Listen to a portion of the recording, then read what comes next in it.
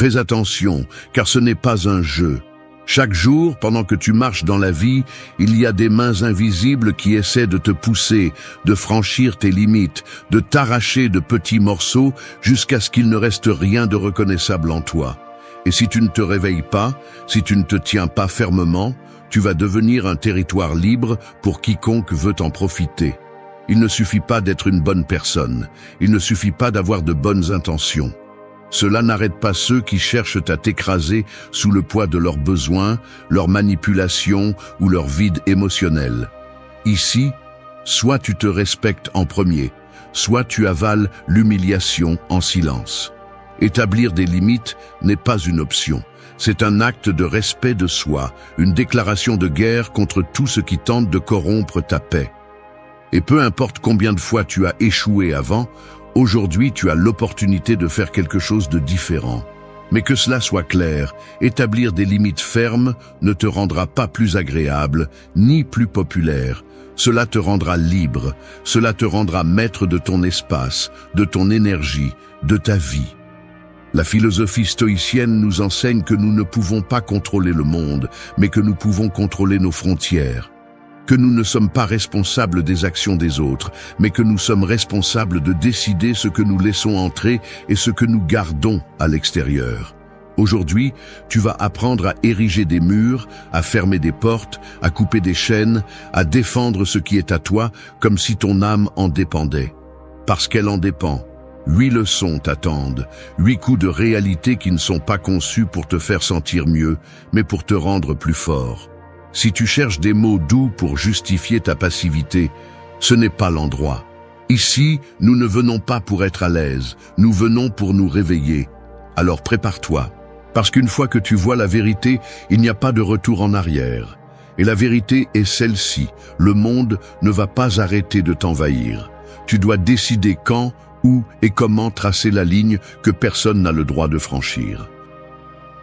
1. Érige des murs là où tu as mis des excuses auparavant. Il y a des gens qui vivent comme si leur vie était un champ ouvert, sans clôture, sans tour de guet, sans mur pour protéger leur intégrité. Ils se déplacent comme si la bonté suffisait à ce que les autres respectent leur espace. Mais un champ ouvert, tôt ou tard, devient un butin de guerre. L'histoire a toujours enseigné la même chose. Les villes qui ne construisent pas de murs sont les premières à être pillées. Ta vie n'est pas différente. Pendant trop longtemps, tu as justifié les invasions. Tu as mis des excuses là où tu aurais dû mettre pierre sur pierre pour construire tes limites. Je ne veux pas être grossier. Je ne veux pas causer de problème. C'est juste comme ça que cette personne est. C'est mon devoir de supporter. Chacune de ces phrases a été une brique enlevée de ta défense personnelle. Et pendant que tu essayais d'être compréhensif, le monde continuait à réclamer de plus en plus d'espace jusqu'à te laisser sans air. Ériger des murs n'est pas un acte de haine, c'est un acte d'amour de soi. C'est reconnaître que ton bien-être n'est pas à vendre, que ton temps, ton énergie, ta dignité ne sont pas des monnaies d'échange pour acheter l'approbation ou éviter les conflits. C'est comprendre que celui qui te valorise vraiment n'a pas besoin de t'envahir pour être proche. Mais ériger des murs exige plus que de belles paroles. Cela exige de la décision, de la discipline, d'accepter que tu vas déranger des gens qui avaient l'habitude de profiter de ta faiblesse.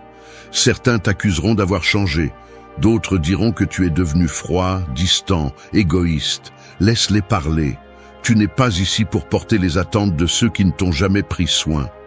Dans la philosophie stoïcienne, l'un des principes les plus puissants est celui de l'autodiscipline interne. Tu ne peux pas contrôler les actes des autres, mais tu peux contrôler tes frontières. Tu ne peux pas empêcher le monde d'être chaotique, mais tu peux empêcher ce chaos de franchir ta porte. Chaque excuse que tu as utilisée pour ne pas poser de limites a été un trou dans tes murs. Il est temps de boucher chacun d'eux avec des décisions fermes. Pense à chaque excuse comme à un ennemi infiltré. Chaque fois que tu dis « ce n'est pas si grave », tu laisses une brèche ouverte. Chaque fois que tu dis « il va changer », tu remets tes clés entre des mains étrangères. Chaque fois que tu dis « je peux le supporter », tu démolis ta propre forteresse de l'intérieur. Plus maintenant. Chaque excuse doit être remplacée par un acte de construction. Là où il y avait du silence, il doit maintenant y avoir un mot clair. Là où il y avait de la résignation, il doit maintenant y avoir une action ferme. Là où il y avait de la peur, il doit maintenant y avoir de la détermination. Il n'y a pas d'autre moyen. Si tu veux du respect, tu dois commencer par te respecter toi-même. Et oui, ça va faire mal. Ça fera mal de dire non là où tu acquiesçais automatiquement. Ça fera mal de soutenir le regard quand quelqu'un sera offensé par ta fermeté. Ça fera mal de briser de vieux schémas qui te maintenaient enchaîné à des dynamiques toxiques. Mais cette douleur sera le signe que tu récupères ton terrain perdu, que tu construis quelque chose que personne ne pourra facilement démolir. Ériger des murs n'est pas t'enfermer, ce n'est pas t'isoler du monde, c'est choisir consciemment qui entre et qui reste dehors. C'est avoir le courage de défendre ton bien-être comme tu défendrais ta maison si quelqu'un essayait d'y pénétrer. Parce que ta paix, ta dignité et ton énergie sont ton foyer, et tout le monde ne mérite pas de le fouler. Aujourd'hui, tu as deux choix. Continuer à semer des excuses et voir comment tu te décomposes un peu plus chaque jour, ou commencer à poser brique après brique jusqu'à ce que tes murs soient si solides qu'aucune tempête, aucune critique, aucune manipulation ne puisse les abattre. Personne ne viendra les construire pour toi. C'est ta guerre, c'est ta responsabilité, c'est ta victoire en attente. 2. Ferme la porte à celui qui déguise les humiliations en humour. Le poison le plus mortel ne vient pas toujours dans une coupe marquée de têtes de mort. Parfois, il arrive dans un éclat de rire, enveloppé dans des blagues, que tout le monde applaudit pendant que tu saignes de l'intérieur. Il est facile de l'ignorer, il est facile de sourire et de faire comme si de rien n'était, mais chaque rire que tu acceptes, chaque moquerie que tu permets, est un coup de poignard silencieux qui, avec le temps, t'enfonce plus profondément dans le manque de respect. Tout ce qui se dit en riant n'est pas innocent. Toute blague n'est pas juste une blague. Il y a ceux qui utilisent l'humour comme un déguisement pour la cruauté. Ils lancent des commentaires blessants, diminuent ta valeur, exposent tes blessures les plus intimes devant les autres et se cachent ensuite derrière un sourire cynique. « C'était une blague », disent-ils. « Ne sois pas exagéré », insiste-t-il. Et si tu baisses la tête et ris avec eux, si tu te tais pour ne pas déranger, alors tu leur donnes la permission de continuer. Ici, il n'y a pas de place pour les demi-mesures. Fermer la porte à celui qui humilie sous le masque de l'humour n'est pas une option, c'est une nécessité. Parce que chaque fois que tu permets une moquerie, chaque fois que tu acceptes un commentaire blessant déguisé en blague, tu ne perds pas seulement un peu de ta dignité, tu entraînes aussi les autres à te traiter plus mal. Les stoïciens parlaient de l'importance de choisir judicieusement nos compagnies, de nous entourer de personnes qui élèvent notre caractère et non de celles qui se nourrissent de nos insécurités. Tu ne peux pas aspirer à l'autodiscipline, à la paix intérieure, au véritable respect de toi-même si tu acceptes de rester parmi les loups qui se déguisent en moutons chaque fois que cela convient. L'humour véritable ne humilie pas, l'humour sain n'écrase pas. Celui qui a besoin de te rabaisser pour se sentir supérieur, celui qui a besoin d'exposer tes faiblesses pour arracher un rire bon marché, ne mérite pas une place dans ta vie. Peu importe s'il s'agit de la famille, peu importe s'il s'agit d'un ami de longue date, peu importe s'il se couvre d'excuses. La loyauté ne consiste pas à supporter le manque de respect. Elle consiste à protéger ta propre essence, même si cela signifie que tu te retrouves avec moins de personnes autour de toi. Fermer la porte n'implique pas toujours un affrontement violent. Parfois, il suffit d'une limite claire, d'un regard ferme, d'un silence qui ne cède pas, d'un éloignement décidé.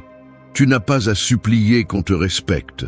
Tu n'as pas à expliquer pourquoi tu mérites d'être traité avec dignité. Tu dois juste agir en conséquence. Ne pas rire là où il n'y a pas de grâce.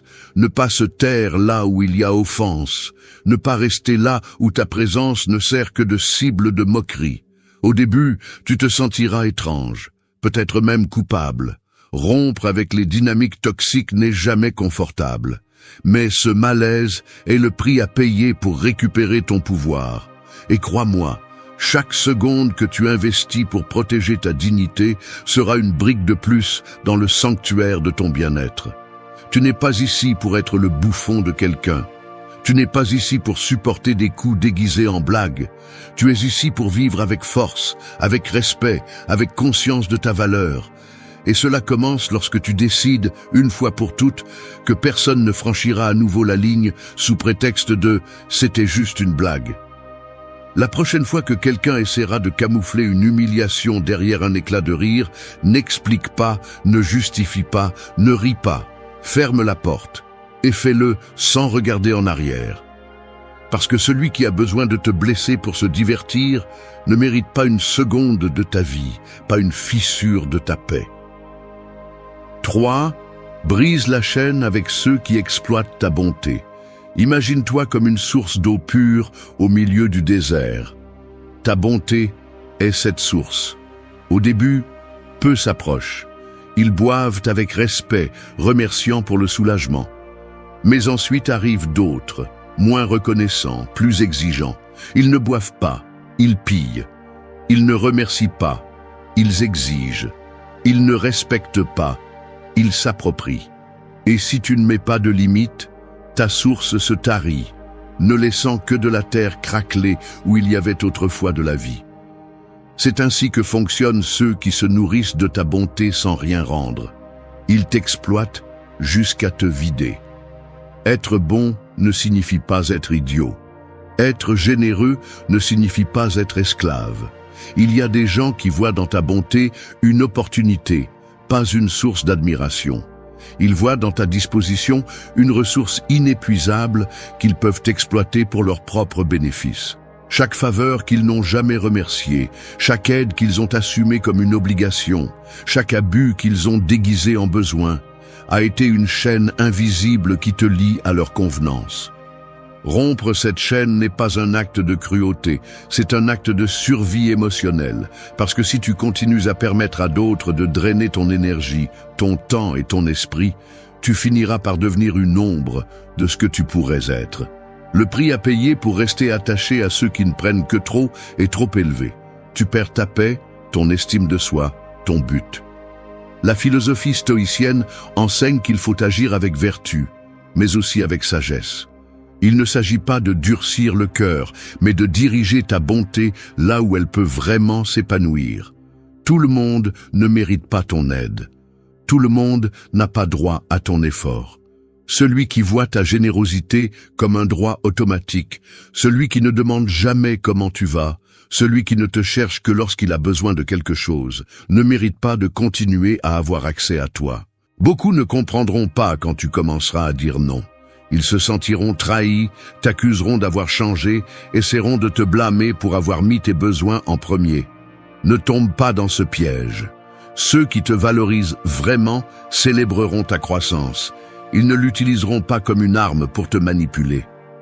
Rompre la chaîne est douloureux, parce qu'au fond, tu veux croire que les gens changeront, qu'un jour, ils apprécieront tout ce que tu as fait pour eux. Mais attendre ce changement est comme attendre que le désert rende l'eau volée. Une illusion qui ne fait que prolonger ta souffrance. Chaque fois que tu refuses d'être utilisé, chaque fois que tu poses une limite ferme, tu renforces ton respect de toi-même. Tu n'as pas besoin de donner des explications longues ni de t'excuser pour protéger ta paix. Un simple « je ne peux pas »,« je ne veux pas »,« ce n'est pas ma responsabilité » suffit. Ta vie ne doit pas tourner autour des besoins des autres. Rappelle-toi, être bon ne signifie pas être disponible pour tous. Ta bonté doit être une lumière, pas une corde. Elle doit être un cadeau, pas une condamnation. Aide celui qui veut vraiment grandir, celui qui respecte tes limites, celui qui voit dans ton soutien un acte d'amour, pas une obligation éternelle. Aujourd'hui est le jour pour regarder les chaînes invisibles que d'autres t'ont mises et décider de les briser sans culpabilité. Non pour te venger, non pour te durcir, mais pour reprendre le contrôle de ta vie. Parce que si ta source se tarit pour plaire à tous, à la fin tu ne pourras même pas te sauver toi-même. Brise la chaîne, ferme la main ouverte qui ne recevait que des abus. Et rappelle-toi, ta bonté est un trésor, pas un service public. Donne-la là où elle peut s'épanouir, pas là où il cherche seulement à l'exploiter jusqu'à la dernière goutte. 4. Ne porte pas les démons émotionnels qui ne t'appartiennent pas. Imagine que tu marches sur un sentier de montagne, portant ton propre sac à dos. Dedans, tu as tes rêves, tes peurs, tes erreurs, tes espoirs. Tout cela pèse déjà assez lourd. Mais soudain, d'autres personnes commencent à te charger de leur sac à dos aussi. Les frustrations de l'un, les culpabilités de l'autre, les traumatismes de quelqu'un d'autre. Sans t'en rendre compte, tu portes un poids qui ne t'appartient pas. Tu avances lentement, épuisé, te demandant pourquoi la vie semble si injuste. La réponse est brutalement simple. Tu portes des charges qui n'ont jamais été les tiennes. C'est ce qui se passe lorsque tu permets que les problèmes émotionnels des autres envahissent ton esprit et ton cœur. Tu assumes des culpabilités qui ne sont pas les tiennes, tu essaies de réparer des blessures que tu n'as pas causées, tu essaies de sauver des personnes qui ne veulent pas être sauvées. Tu deviens une sorte de bouée humaine, te sacrifiant au nom de l'amour, de la loyauté ou de la compassion. Mais dans ce processus, tu t'oublies toi-même. La vérité, bien qu'elle fasse mal, est la suivante.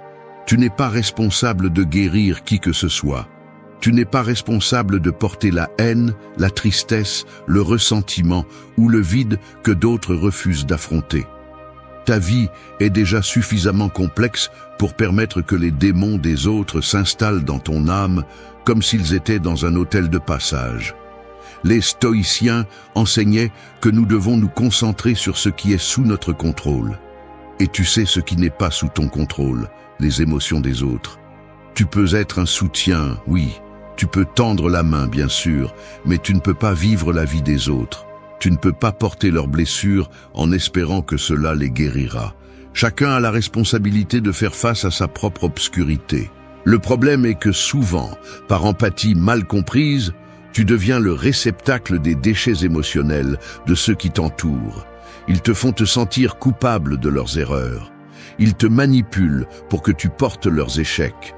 Ils te blâment pour leur tristesse, leur chute, leur vide, et si tu n'es pas vigilant, tu finis par le croire. Rompre ce cycle est douloureux, mais nécessaire. Tu dois apprendre à dire « ceci ne m'appartient pas ». Tu dois apprendre à rendre à chacun ses charges, non pas avec haine, mais avec la fermeté de celui qui sait que sa vie est trop précieuse pour la gaspiller dans des batailles qui ne sont pas les siennes. Ce n'est pas de la froideur, c'est du respect de soi. Chaque fois que tu te libères d'un fardeau qui n'est pas le tien, tu récupères un morceau de toi. Tu retrouves de la force, de la clarté, de l'énergie. Tu arrêtes de marcher le dos courbé et tu commences à avancer la poitrine haute. Tu n'as pas besoin d'être le sauveur de personne. Tu n'as pas besoin d'être le refuge éternel de ceux qui ne veulent pas affronter leur propre tempête. Celui qui t'aime vraiment ne cherchera pas à te faire porter sa douleur. Il cherchera à grandir, à guérir, à affronter sa propre obscurité. L'amour mature n'exige pas de sacrifices absurdes, ni ne demande que tu te noies pour que les autres flottent. Le véritable amour reconnaît la responsabilité individuelle comme un acte de respect envers l'autre.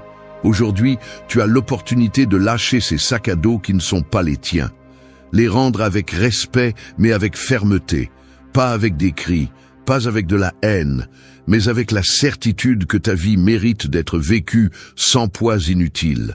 Lâche le drame qui n'est pas le tien, lâche les culpabilités héritées, lâche les démons que d'autres ne veulent pas affronter, parce que ce n'est que lorsque tu portes ce qui t'appartient vraiment que tu peux marcher avec force, avec dignité et avec liberté.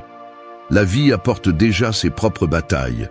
Tu n'as pas besoin de combattre aussi celles qui ne te concernent pas. 5. Fuis le premier coup, la première menace, la première invasion. Un incendie ne commence jamais en dévorant tout. Il commence par une étincelle, à peine un éclat, une petite langue de feu que beaucoup préfèrent ignorer. Ils disent que ce n'est rien, que cela ne vaut pas la peine de l'éteindre. Ils minimisent sa force. Mais pendant qu'ils ferment les yeux, les flammes grandissent, se propagent, et quand ils veulent réagir, il est déjà trop tard. C'est ainsi que fonctionnent aussi les premiers signes de manque de respect, d'abus, d'invasion. Ils arrivent subtilement, petits, presque imperceptibles. Et si tu n'agis pas immédiatement, ils finiront par tout consumer. Le premier coup, même s'il est déguisé en blague. La première menace, même si elle sonne comme un jeu. La première invasion, même si elle est justifiée comme une erreur innocente. Chacun de ces actes est une annonce de ce qui viendra après. Ce ne sont pas des accidents, ce ne sont pas des malentendus, ce sont des avertissements clairs que si tu ne mets pas un terme à cela maintenant, ils te détruiront peu à peu, tout en te disant que tu exagères, que tu dramatises, que c'est toi qui as tort. La sagesse stoïcienne enseigne que nous devons agir avec anticipation, pas avec réaction. N'attends pas que le dommage soit irréparable. N'attends pas que ta dignité soit en ruine pour reconnaître que le premier signe était suffisant. La vie te parle à voix basse avant de te crier au visage. Et si tu ignores ces murmures, prépare-toi à supporter le fracas. Beaucoup restent coincés dans des relations, des emplois ou des environnements toxiques parce qu'ils ont ignoré ce premier signe. Ils l'ont minimisé. Ils pensaient qu'ils pourraient le supporter, que c'était passager, que l'autre personne changerait. Mais ce que tu tolères une fois devient une permission. Et ce que tu justifies une fois devient une habitude. Personne ne commence à te détruire d'un coup. D'abord, ils te testent, sondent tes limites. Et si tu ne réagis pas, ils comprennent qu'ils peuvent continuer à avancer. Fuir à temps n'est pas de la lâcheté, c'est de la sagesse, c'est de l'amour-propre. C'est comprendre que ton bien-être n'est pas négociable, que tu n'as pas à devenir le martyr des blessures que d'autres ne veulent pas guérir. Rester là où tu as déjà été frappé, menacé ou envahi, en espérant que le respect grandira de rien, c'est comme planter une graine dans un sol empoisonné, en espérant qu'une chose saine fleurira. Cela n'arrivera pas. Chaque fois que tu tolères le premier coup, la première insulte, la première invasion de tes limites, tu entraînes l'autre personne à croire qu'elle peut le refaire. Tu dis sans mots que ta dignité a un prix et qu'il est bon marché. Et celui qui ne te respecte pas au début n'apprendra pas à te respecter avec le temps. Il deviendra simplement plus habile à déguiser ses abus. Agir dès le premier moment ne signifie pas toujours faire un scandale. Parfois, un simple retrait silencieux suffit, une porte fermée sans préavis, un adieu qui n'a pas besoin d'explication. Tu n'as pas à justifier ton besoin de te protéger. Tu n'as pas à demander la permission de t'éloigner de celui qui a déjà montré son vrai visage. Rappelle-toi, ta valeur ne dépend pas de l'approbation de ceux qui franchissent tes limites. Ta valeur est intrinsèque et tu dois la défendre comme tu défendrais ta vie. Parce qu'au fond, c'est ce que tu protèges, la qualité de ton existence, la dignité de tes jours, la paix de ton esprit. Le premier coup n'est pas petit. La première menace n'est pas inoffensive. La première invasion n'est pas un hasard. Ce sont des signaux, des avertissements que la vie te donne pour que tu agisses avant que l'incendie ne consume tout. Fuis à temps. Fuis avec détermination. Fuis avec la certitude que tout ne mérite pas une seconde chance. Parce que certaines blessures, si tu ne les évites pas au premier coup, finissent par laisser des cicatrices qui ne s'effacent jamais. 6. Fais de ton temps un sanctuaire, pas un marché de faveur. Le temps est comme une terre fertile. Chaque minute est une graine qui peut devenir un chêne, une fleur ou une mauvaise herbe inutile. Si tu ne prends pas soin de cette terre, si tu ne décides pas quoi semer et qui laisser marcher dessus, d'autres viendront avec leurs bottes sales, piétinant tout sur leur passage, semant des exigences, des urgences étrangères et des faveurs déguisées en amitié. Et quand tu voudras récolter des fruits, tu ne trouveras que destruction et fatigue. C'est ainsi que ça fonctionne quand tu ne protèges pas ton temps. Il devient une propriété publique, un marché ouvert où tout le monde se sent en droit de réclamer un morceau de toi. On te cherche seulement quand on a besoin de quelque chose. On t'appelle seulement quand il y a un problème à résoudre. Ton agenda, tes rêves, tes projets sont relégués au second plan, pendant que ta vie se remplit d'engagements étrangers que tu n'as jamais demandés et qui sont rarement remerciés. Ton temps n'est pas une charité, ce n'est pas un bien infini. Chaque heure que tu consacres à quelque chose sans valeur est une heure que tu ne récupéreras jamais. Et ici, nous ne parlons pas seulement de productivité, mais de dignité. De comprendre que chaque minute tienne a un poids qui doit être respecté. en commençant par toi-même. La philosophie stoïcienne enseigne que la vie est brève et que la plus grande erreur de l'être humain est d'agir comme s'il avait un temps infini. Tu ne peux pas te permettre de gaspiller ta vie à répondre à des attentes qui ne te sont pas propres, à résoudre des problèmes qui ne te concernent pas ou à être le joker sur le plateau de jeu des autres. Ton temps est un sanctuaire et tout le monde ne mérite pas de franchir sa porte. Beaucoup ont l'habitude de mesurer ta valeur en fonction de combien ils peuvent te demander. Si tu dis oui à tout, si tu es toujours disponible, ils te voient comme une ressource, pas comme une personne. Chaque faveur inutile que tu acceptes, chaque engagement que tu prends sans le vouloir, est une partie de ton sanctuaire que tu livres à la destruction. Protéger ton temps nécessite du courage. Cela nécessite de dire non sans culpabilité. Cela nécessite de supporter le mécontentement de ceux qui sont habitués à ta disponibilité inconditionnelle. Mais cela nécessite aussi de la sagesse, comprendre que tu n'es pas obligé de te justifier, que tu ne dois pas donner d'explications éternelles pour te prioriser, que tu n'as pas à te sentir mal de prendre soin du terrain sacré de ton existence. Quand tu traiteras ton temps comme un sanctuaire, quelque chose changera immédiatement. Tu commenceras à attirer ceux qui respectent ton espace, ceux qui comprennent la valeur du silence, de l'engagement authentique, des relations qui ne sont pas basées sur l'utilisation et le rejet. Et en même temps, tu éloigneras ceux qui ne savaient que profiter de ta disponibilité. Être clair avec tes priorités ne te rend pas égoïste. Cela te rend conscient, cela te rend respectueux envers toi-même et par conséquent envers les autres. Parce que celui qui respecte son temps respecte aussi le temps des autres. Il ne remplira pas la vie des autres de demandes vides ni d'exigences inutiles. Aujourd'hui est le jour pour fermer le marché, pour arrêter de vendre ton temps au plus offrant, pour élever les murs de ton sanctuaire et décider fermement quelles causes méritent ton dévouement et lesquelles ne le méritent pas. Pour comprendre que chaque minute tienne doit être semée sur un terrain fertile, pas gaspillée sur des terrains vagues. Ton temps est la vie. Et ta vie est trop précieuse pour la gaspiller à servir ceux qui ne viennent que pour consommer, exiger, dévorer, sans jamais rien offrir en retour. Fais de ton temps un sanctuaire. Rends-le intouchable, sacré, inviolable. Ce n'est qu'alors que ta vie commencera vraiment à fleurir. 7. Libère-toi du poids des culpabilités inventées. Il y a des sacs à dos que l'on ne voit pas, mais qui pèsent comme si tu traînais des pierres attachées à ton âme. Ils ne sont pas à toi, mais quelqu'un d'autre te les a accrochés. Des attentes non satisfaites, des reproches silencieux, des regards qui jugent, des mots qui insinuent que tu aurais toujours pu faire plus, être plus, donner plus.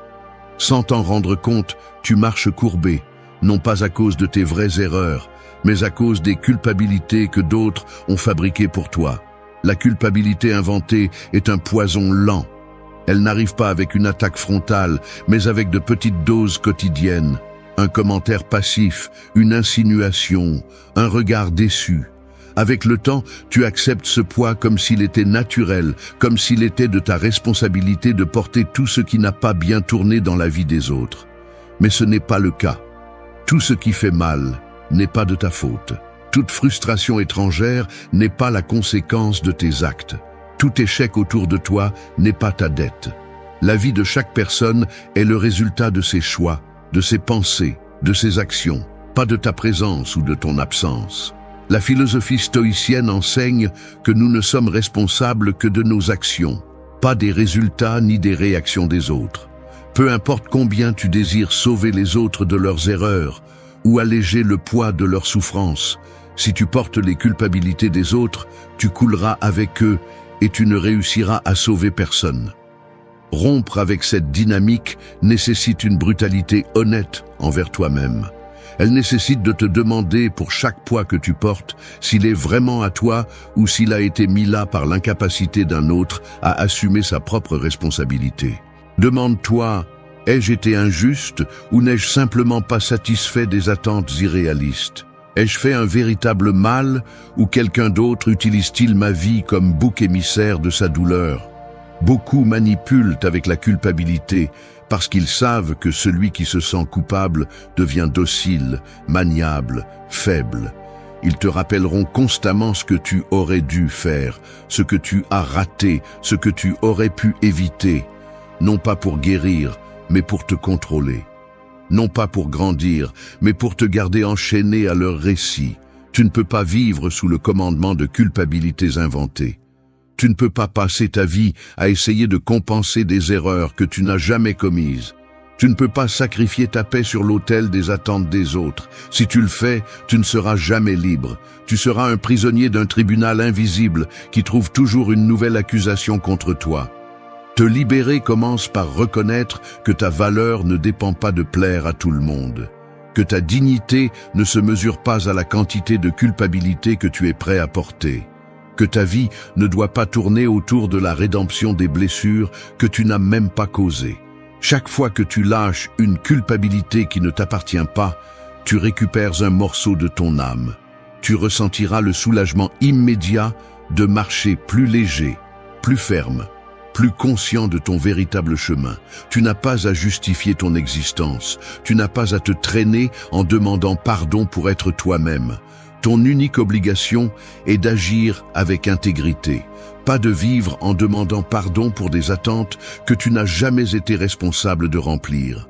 Aujourd'hui est le jour pour te débarrasser de ces sacs à dos invisibles, pour rendre chaque culpabilité à son véritable propriétaire, pour te rappeler que ta vie est à toi et que tu n'es pas ici pour être la rédemption de quelqu'un d'autre.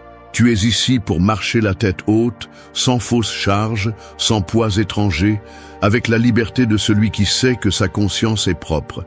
Brise ses chaînes. Libère-toi du poids des culpabilités inventées et marche léger vers la vie que tu mérites vraiment. 8. Coupe net avec ceux qui trahissent ta confiance et appellent leur habitude une erreur. La trahison ne commence jamais comme un coup de poignard direct. Elle commence comme une goutte d'eau qui tombe sur un rocher. La première fois, on la sent à peine. La deuxième, elle dérange à peine.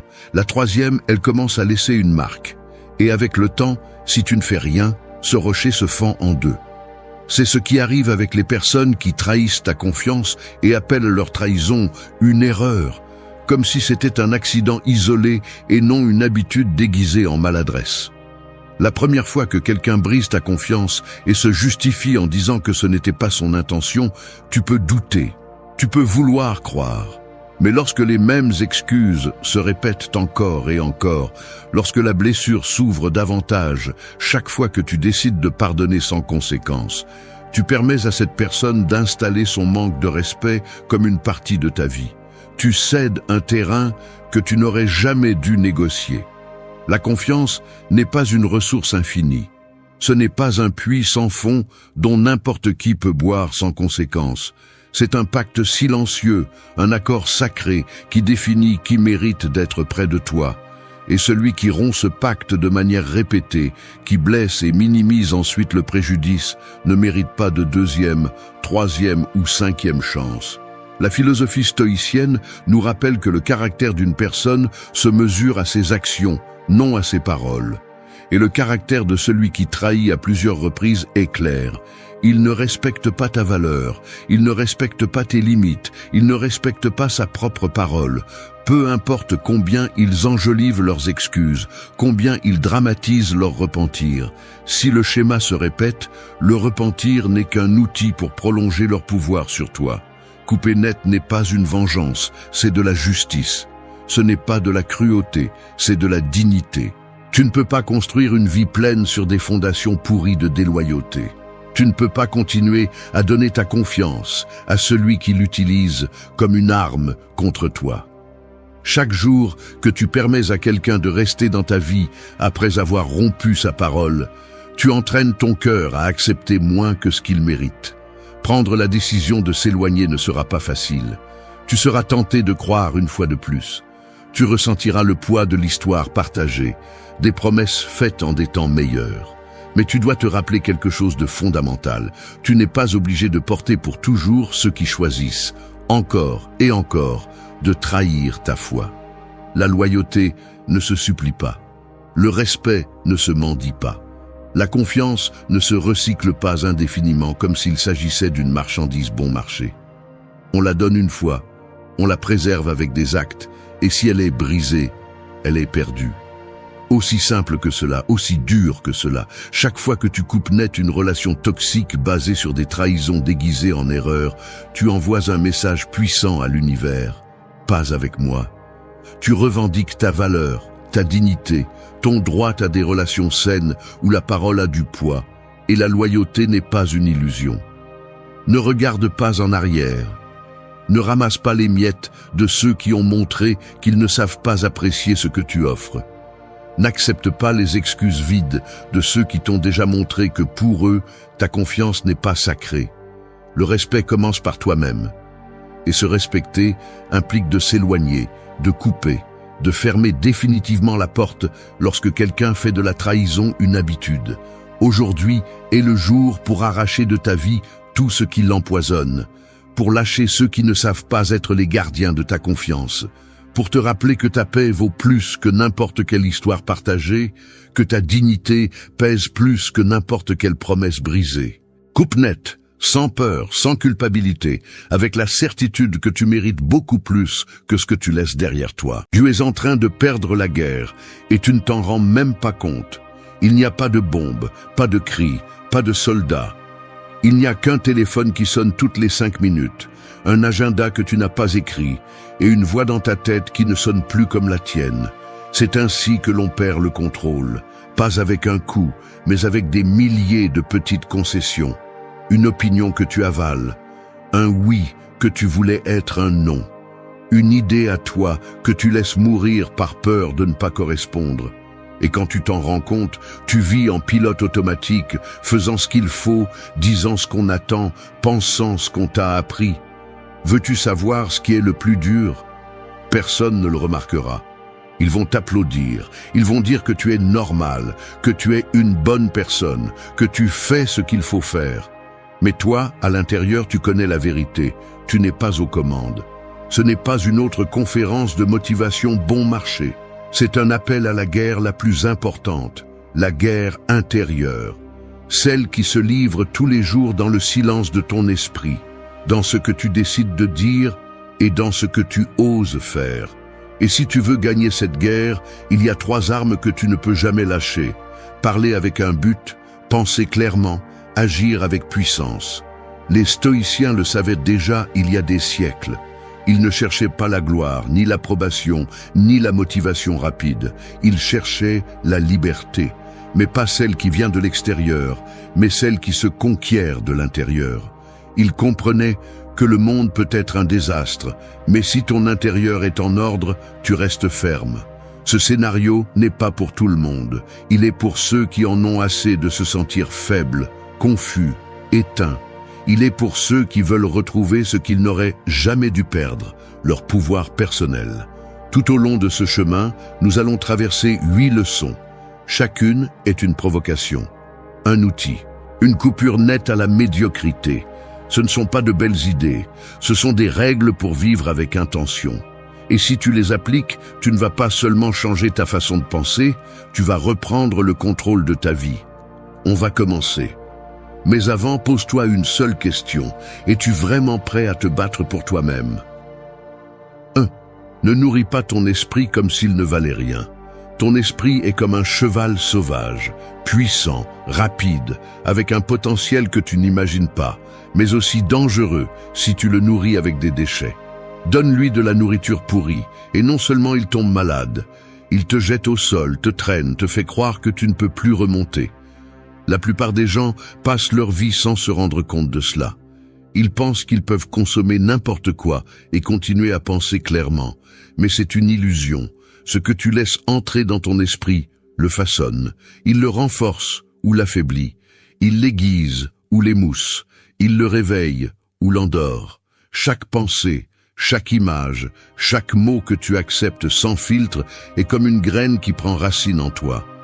Si tu ne choisis pas consciemment ce que tu consommes, d'autres le feront pour toi.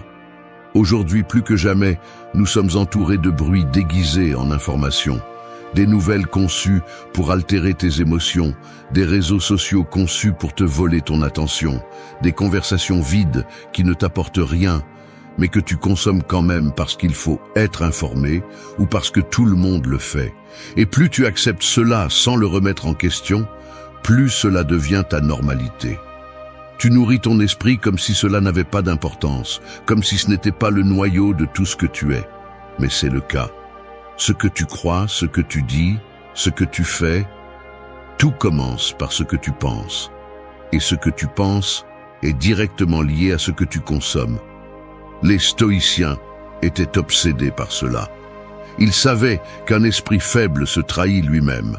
C'est pourquoi ils cultivaient la lecture, le silence, l'observation profonde. Ils ne laissaient pas n'importe quoi entrer en eux. Parce qu'ils savaient que le prix d'un esprit contaminé est une vie hors de contrôle. Et cela ne se remarque pas dans les grandes tragédies, cela se remarque dans le subtil. Tu réagis sans penser, tu dis ce que tu ne voulais pas, tu te distrais quand tu as le plus besoin de te concentrer, tu es paralysé devant des décisions que tu devrais prendre avec fermeté. Il ne s'agit pas de devenir un fanatique qui ne voit rien, n'écoute rien, ne parle à personne. Il s'agit d'être sélectif, de filtrer, de se rappeler que ton esprit n'est pas une poubelle où n'importe qui peut lancer son opinion, sa haine, sa frustration. Il est à toi. Et si tu en prends soin, il te transforme en quelqu'un d'insurmontable. Mais si tu le laisses ouvert à n'importe quoi, il devient ton pire ennemi. La prochaine fois que tu ouvres un réseau social, que tu mets une série, que tu entres dans une discussion, demande-toi, est-ce que cela nourrit mon esprit ou l'intoxique?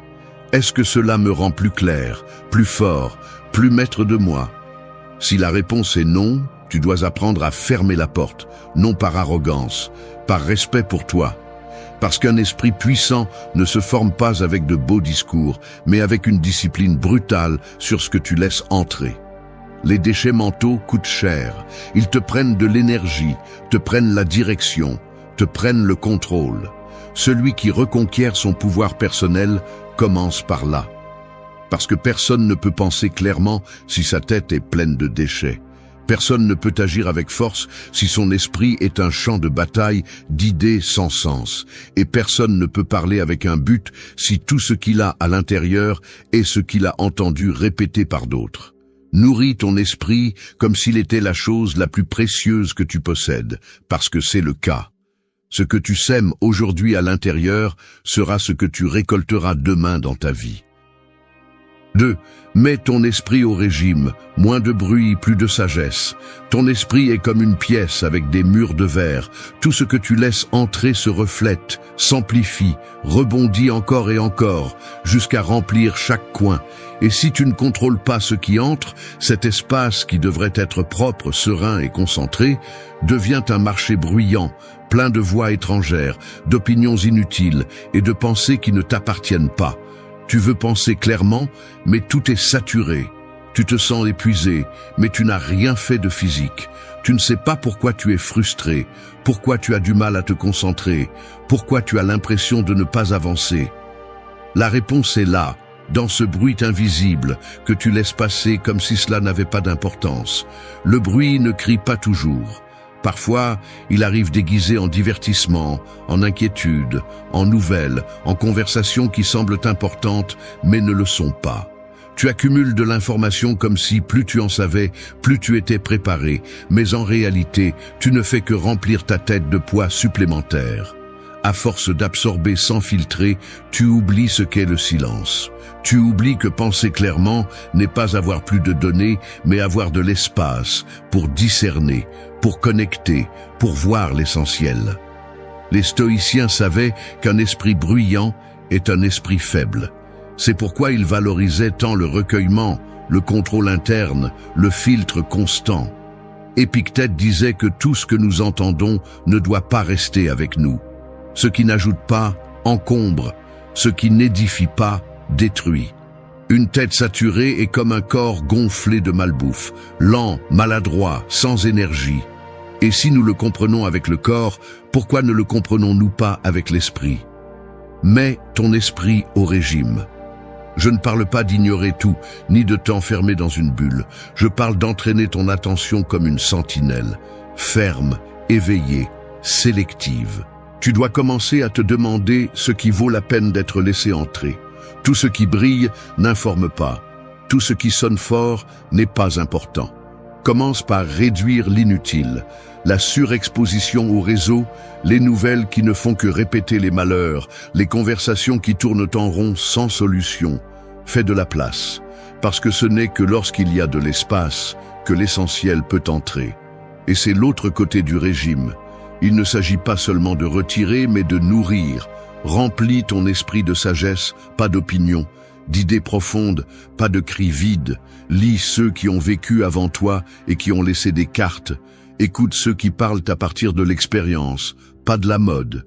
Réfléchis avant de répéter, questionne avant de croire, et surtout, crée des pauses réelles, des minutes où tu n'es pas en train de réagir, mais d'observer, des moments où tu écoutes le silence et comprends ce que ton esprit dit vraiment quand il n'est pas surchargé. Penser clairement est une forme de pouvoir, et comme tout pouvoir, il ne s'obtient pas sans discipline. Il faut que tu résistes à la facilité, que tu choisisses la profondeur, que tu te retires du bruit, même si tu as l'impression de manquer quelque chose. En réalité, tu te retrouves. Parce que moins tu permets de bruit, plus ta propre voix se fait entendre. Celui qui veut reconquérir le contrôle personnel doit apprendre à filtrer sans culpabilité. Il doit comprendre que vivre en étant surstimulé, c'est vivre fragmenté. Si tu veux être maître de ton esprit, commence par le mettre au régime. Nettoie le chaos, ferme les portes, élimine le superficiel et laisse la sagesse avoir l'espace dont elle a besoin pour grandir. 3. Une idée par jour où la distraction te dévore. Imagine que ton esprit est un terrain fertile. Chaque jour, il se réveille prêt à recevoir une seule graine, une idée claire qui prendra racine, grandira et portera des fruits si tu la cultives. Mais si tu ne sèmes rien toi-même, d'autres le feront pour toi. Et ils ne le feront pas intentionnellement, ils le feront avec des déchets, des opinions sans valeur, des scandales sans contexte, des émotions recyclées, des idées médiocres. Au lieu d'un jardin, ce qui se forme est un marais, et dans ce terrain inondé de distractions, rien ne fleurit. Car l'esprit, lorsqu'il n'a pas de direction, devient une cible facile pour tout ce qui cherche à te voler ton attention. Aujourd'hui, nous sommes plus informés que jamais, mais plus confus que jamais. Nous naviguons entre des milliers de contenus, mais nous ne retenons rien. Nous sautons de sujet en sujet comme si le savoir était un divertissement. Et pendant ce temps, l'attention se fragmente, la volonté s'épuise et la clarté disparaît. Les gens pensent qu'ils ont le contrôle parce qu'ils ont accès à tout, mais en réalité, ils l'ont perdu parce qu'ils ne savent plus quoi chercher. Si tu ne décides pas quelle idée mérite ton énergie, tout le reste la prendra par défaut. Les stoïciens ne lisaient pas pour lire. Ils ne pensaient pas pour penser. Ils ne parlaient pas pour combler les silences. Leur pratique était quotidienne, concrète, dirigée, une idée, une réflexion, une phrase puissante qui guidait leur journée, qui les aidait à se corriger, à s'observer, à vivre avec intention. Ils n'avaient pas besoin de 10 livres par mois, ils avaient besoin d'une seule vérité bien comprise et bien appliquée. Et c'est quelque chose que nous avons oublié. La profondeur l'emporte sur la quantité. Une seule idée forte peut te changer si tu lui donnes de l'espace, mais aucune ne peut le faire si tu sautes d'une distraction à une autre toutes les 5 minutes. Avoir une idée par jour n'est pas un défi intellectuel, c'est un acte de résistance. C'est mettre une ancre au milieu du chaos, c'est dire au monde « Aujourd'hui, je vais penser à ça » et tout le reste peut attendre. Cela peut être une phrase que tu as lue, une leçon que tu as vécue, une décision que tu dois prendre. Peu importe d'où elle vient, ce qui compte, c'est que tu la soutiennes, que tu la regardes en face, que tu la travailles comme celui qui aiguise une arme. Parce que c'est ce que c'est, un outil pour te maintenir éveillé pendant que les autres vivent endormis. La distraction te vole l'âme en silence. Ça ne fait pas mal, ça ne brûle pas, ça ne se voit pas, ça arrive juste. Et quand tu t'en rends compte, des jours, des semaines, des mois sont passés. Tu ne te souviens pas de ce que tu as appris, ni de ce que tu as pensé, ni de ce en quoi tu as cru. Tu sais juste que tu as été occupé. Plein de mouvements mais vide de direction. Une idée par jour est une bouée de sauvetage. C'est un acte de contrôle. C'est choisir consciemment sur quoi tu vas te concentrer pour ne pas laisser l'environnement décider pour toi. Fais-le simple. Au réveil, choisis une idée qui t'accompagnera. Écris-la, répète-la. Construis-lui un espace. Peu importe si elle semble petite, ce qui compte, c'est ce que tu fais avec elle. Le problème n'est pas de ne pas avoir d'idées. Le problème est que nous ne leur donnons pas le temps ni l'attention qu'elles méritent. Un esprit concentré sur une seule idée peut transformer une vie. Un esprit dispersé en 1000 choses ne peut rien transformer. Celui qui veut reconquérir son contrôle personnel doit apprendre à choisir avec force à quoi penser. Car chaque jour qui passe sans une idée qui te guide est un jour gagné par la distraction. Et dans cette vie, où tu diriges ton esprit, où ton esprit devient une décharge de tout ce que le monde lance sans filtre. Une idée par jour, c'est ton outil, c'est ton bouclier. 4. Réserve un bloc de pouvoir, où la journée te submerge. Ta journée est comme un fleuve tumultueux. Si tu ne construis pas un barrage solide dès le début, le courant t'emporte. Tu te réveilles, tu consultes ton téléphone, tu réponds aux messages, tu vois ce que font les autres et sans t'en rendre compte, tu n'es plus là où tu voulais être. Tu es là où on t'a poussé. Et cela se répète encore et encore. Des journées où tu n'as rien dirigé. Tu as juste réagi. Tu t'es laissé emporter par des urgences extérieures, des tâches mal priorisées, des distractions déguisées en productivité. Et à la fin de la journée, la fatigue arrive, mais pas parce que tu as fait ce qui compte, mais parce que tu t'es laissé emporter. Si tu veux vraiment prendre le contrôle personnel, tu dois créer de l'espace pour penser, agir et construire à partir de ton centre. Tu as besoin d'un bloc de pouvoir, un temps réservé rien que pour toi. Pas pour les réseaux, pas pour les mails, pas pour éteindre des feux, pour toi, pour créer, pour planifier, pour faire ce qui fait vraiment bouger ta vie. Parce que si tu ne le fais pas, le monde le fera pour toi. Il y a toujours quelque chose d'urgent qui attend. Il y a toujours quelqu'un qui a besoin de quelque chose. Il y a toujours du bruit. Mais l'urgent n'est pas toujours l'important. Et ce que les autres attendent de toi ne construit pas toujours ce que tu veux être. Ce bloc n'a pas besoin de durer des heures. Il n'a pas besoin d'être parfait, ni rempli de rituels sophistiqués. L'important est qu'il soit intouchable. Il peut s'agir d'une demi-heure le matin, d'une heure l'après-midi, de 20 minutes avant de dormir. Peu importe quand, l'important est qu'il existe et que pendant ce temps, tu sois en mode créateur, pas en mode réactif. Que tu utilises cet espace pour te concentrer sur l'essentiel, lire, écrire, penser, planifier, exécuter quelque chose de clé, ce que tu sais qui te rapproche de qui tu veux être, mais que tu laisses toujours pour plus tard parce que la journée se complique. Les stoïciens n'attendaient pas d'avoir un jour de congé pour réfléchir. Ils ne laissaient pas leur croissance au hasard. Ils utilisaient chaque moment disponible pour renforcer leur caractère. Marc Aurèle écrivait dans son journal avant de faire face aux problèmes de l'Empire. Non pas parce qu'il avait du temps, mais parce qu'il comprenait que sans clarté interne, tout le reste devient confus.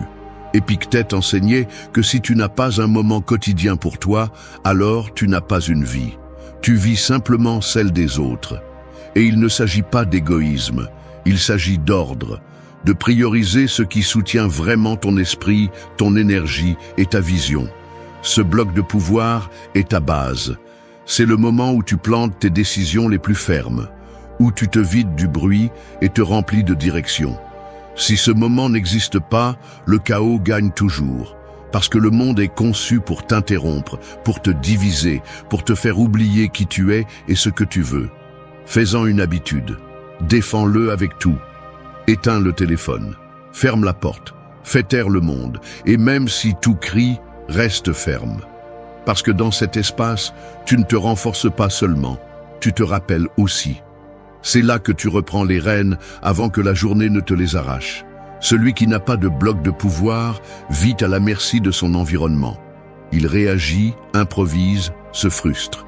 Mais celui qui en a un devient une force difficile à déplacer, non pas parce qu'il contrôle tout, mais parce qu'il contrôle l'essentiel, son focus. Ton temps est limité, et ce que tu fais avec les premières minutes détermine la qualité du reste de la journée.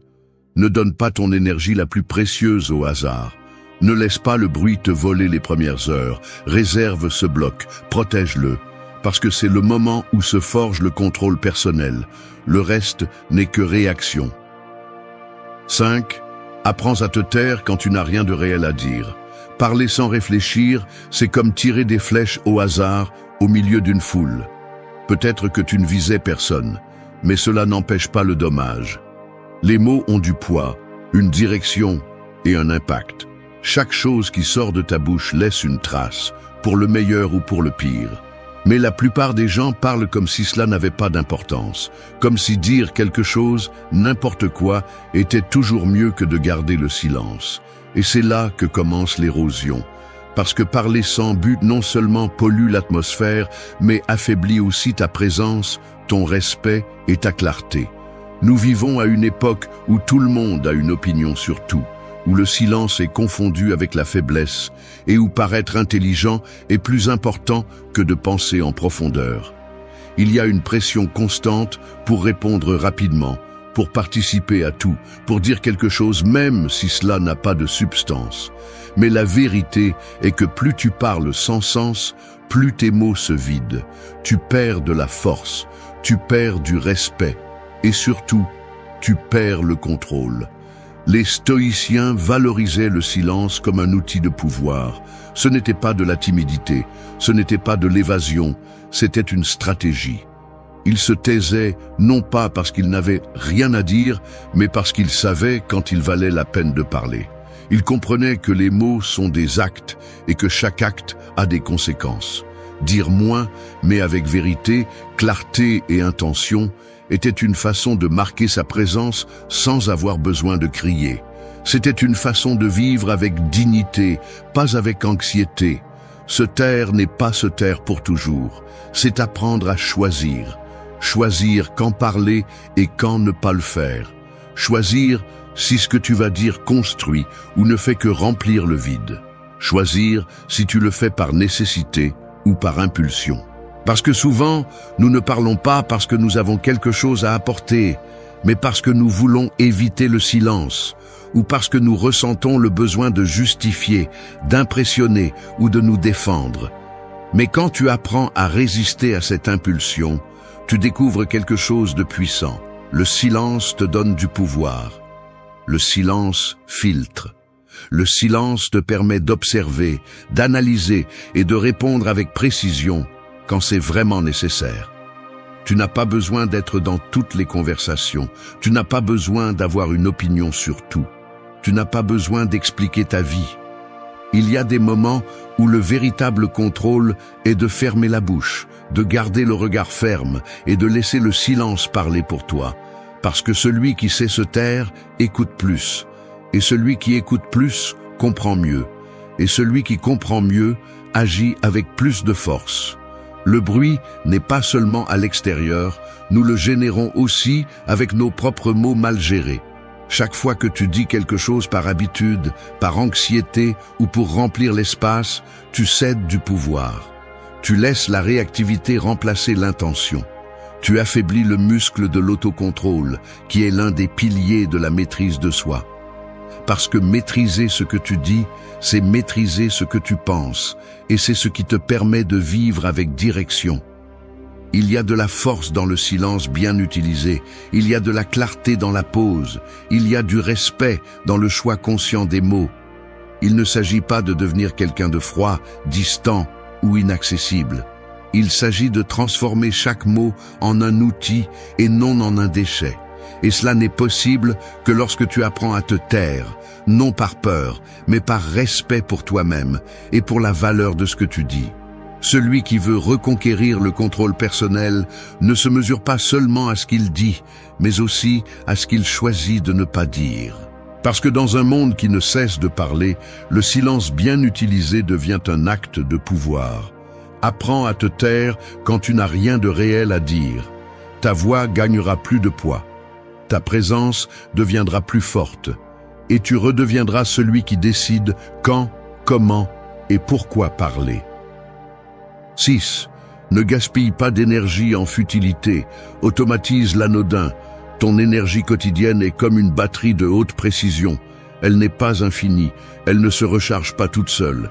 Et chaque petite décision que tu prends, chaque doute inutile, chaque interruption sans sens, draine cette batterie sans que tu t'en rendes compte. Le pire, c'est que tu ne la dépenses pas pour ce qui est important. Tu ne la dépenses pas pour tes idées, pour tes objectifs, pour ta croissance. Tu la laisses s'échapper dans des détails minimes, des décisions répétitives et des routines que tu aurais pu résoudre il y a longtemps.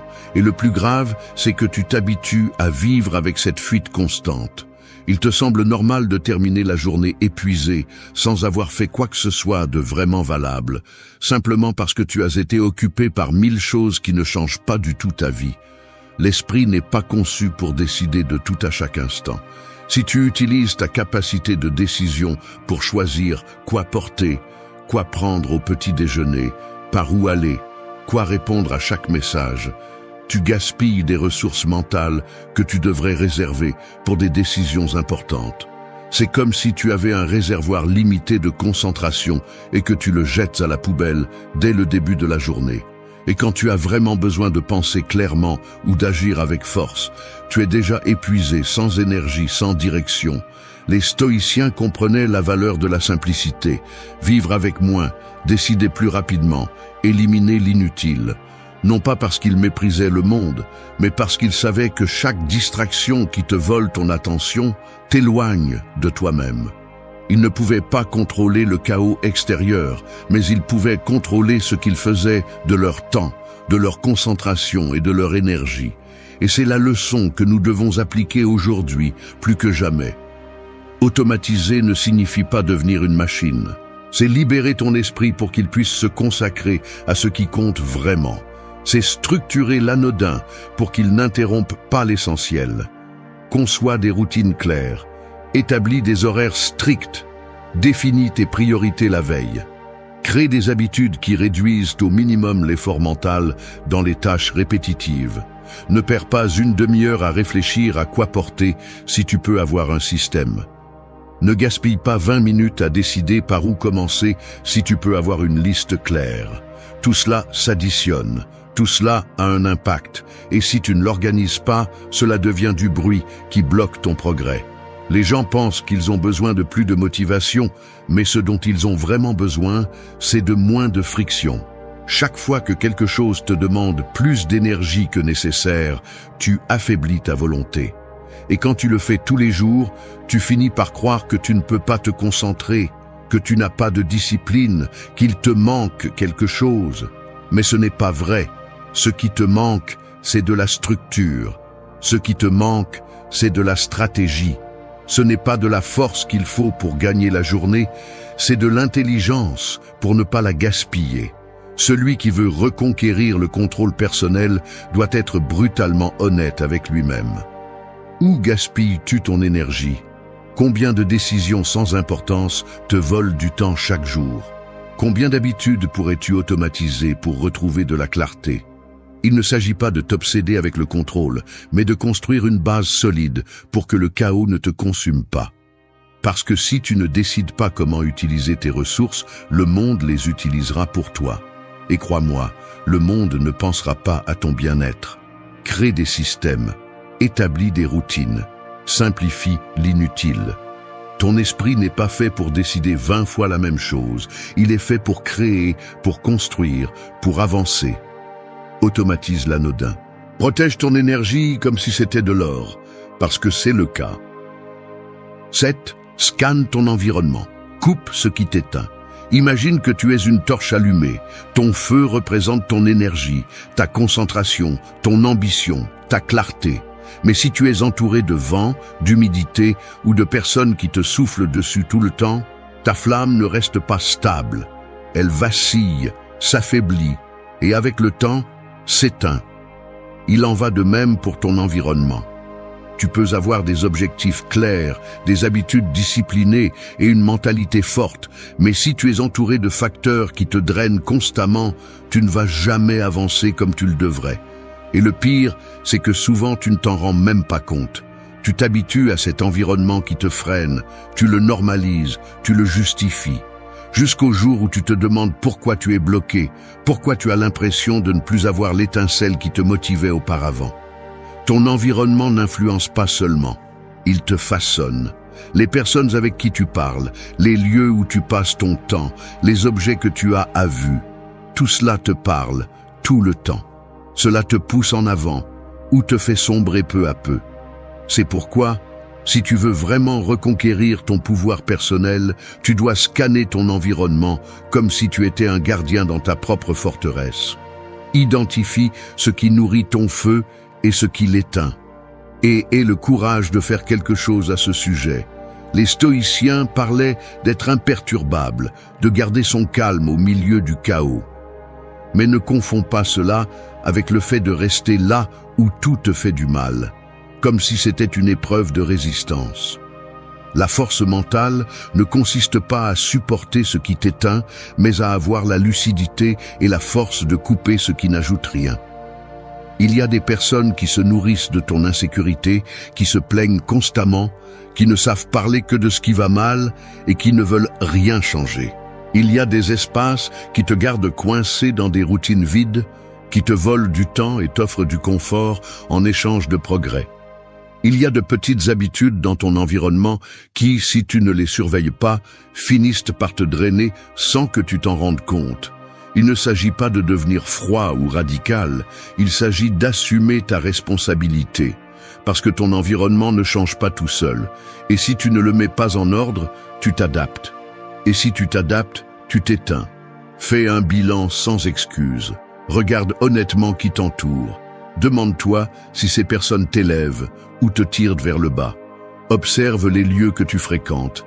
Évalue s'ils t'inspirent ou s'ils ne te servent qu'à t'échapper. Regarde ton espace physique, ton bureau, ta chambre, ton téléphone. Est-ce qu'ils te poussent à grandir ou t'invitent-ils à rester le même? N'attends pas que tout soit parfait. Commence par ce que tu peux changer aujourd'hui.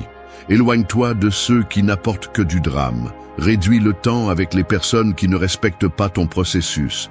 Élimine les objets que tu n'utilises pas, mais qui occupent de l'espace mental.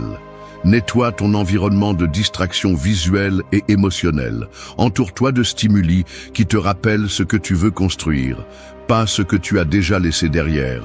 Ton feu a besoin d'oxygène, de direction et de protection. Et cela ne peut être réalisé que lorsque tu fais de l'environnement un allié, pas un obstacle. Parce que aussi fort que tu sois à l'intérieur, si tout autour de toi conspire pour t'affaiblir, tôt ou tard, il y parvient. Scanne ton environnement avec froideur. Coupe ce qui t'éteint sans remords. Et fais de la place pour ce qui t'allume. Non pas par ego, non pas par caprice, mais parce que tu ne peux pas te permettre de vivre avec une âme à moitié. 8. Embrasse ta singularité. Grandis là où les autres s'arrêtent.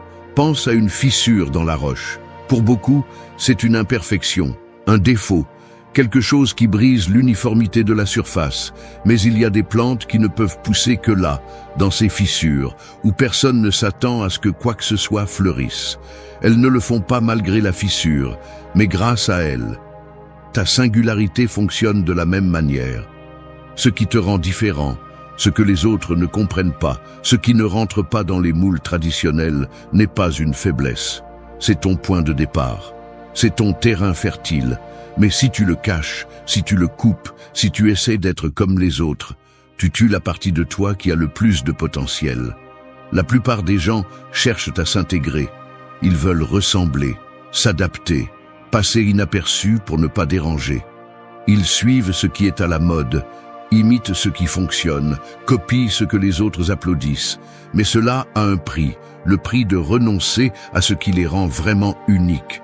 et personne ne peut avoir le contrôle personnel s'il vit pour satisfaire les attentes externes. Être authentique n'est pas seulement un choix esthétique, c'est une décision stratégique, parce que ce qui te rend différent est aussi ce qui peut te mener plus loin si tu l'utilises bien. Les stoïciens enseignaient que vivre selon ta nature est la base d'une bonne vie. Et ta nature n'est pas une copie. Ce n'est pas ce que tu as vu sur les réseaux sociaux, ni ce qu'on t'a dit que tu devrais être. C'est ce qui vibre en toi quand tu es silencieux. C'est ce que tu fais bien sans effort, ce que tu penses même quand tu ne veux pas, ce qui te motive quand tout le reste perd son sens. Il ne s'agit pas d'être excentrique pour attirer l'attention. Il s'agit d'avoir le courage de suivre ton propre chemin, même si personne d'autre ne le comprend. Ta singularité est ton signal. C'est la marque qui te distingue au milieu du générique. Et quand tu la rejettes par peur du jugement, tu deviens plus faible. Non pas parce que tu es moins capable, mais parce que tu te bats contre toi-même. En revanche, lorsque tu l'embrasses, lorsque tu arrêtes de la cacher et que tu la mets au service de ta croissance, quelque chose de puissant se produit.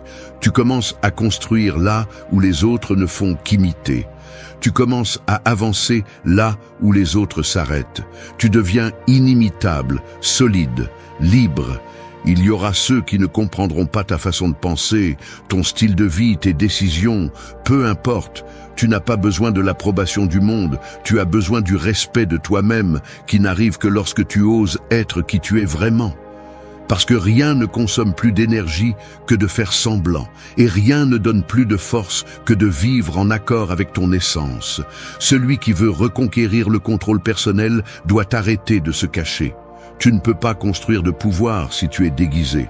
Tu ne peux pas vivre avec intention si tu édites chaque partie de toi pour que les autres l'acceptent. Embrasse ta singularité, non pas comme un ornement, mais comme une source de direction. Grandis là où les autres ont peur, avance là où les autres abandonnent, et deviens cette exception qui n'a pas besoin de s'intégrer, parce qu'elle a déjà compris que sa valeur réside précisément dans le fait de ne ressembler à personne.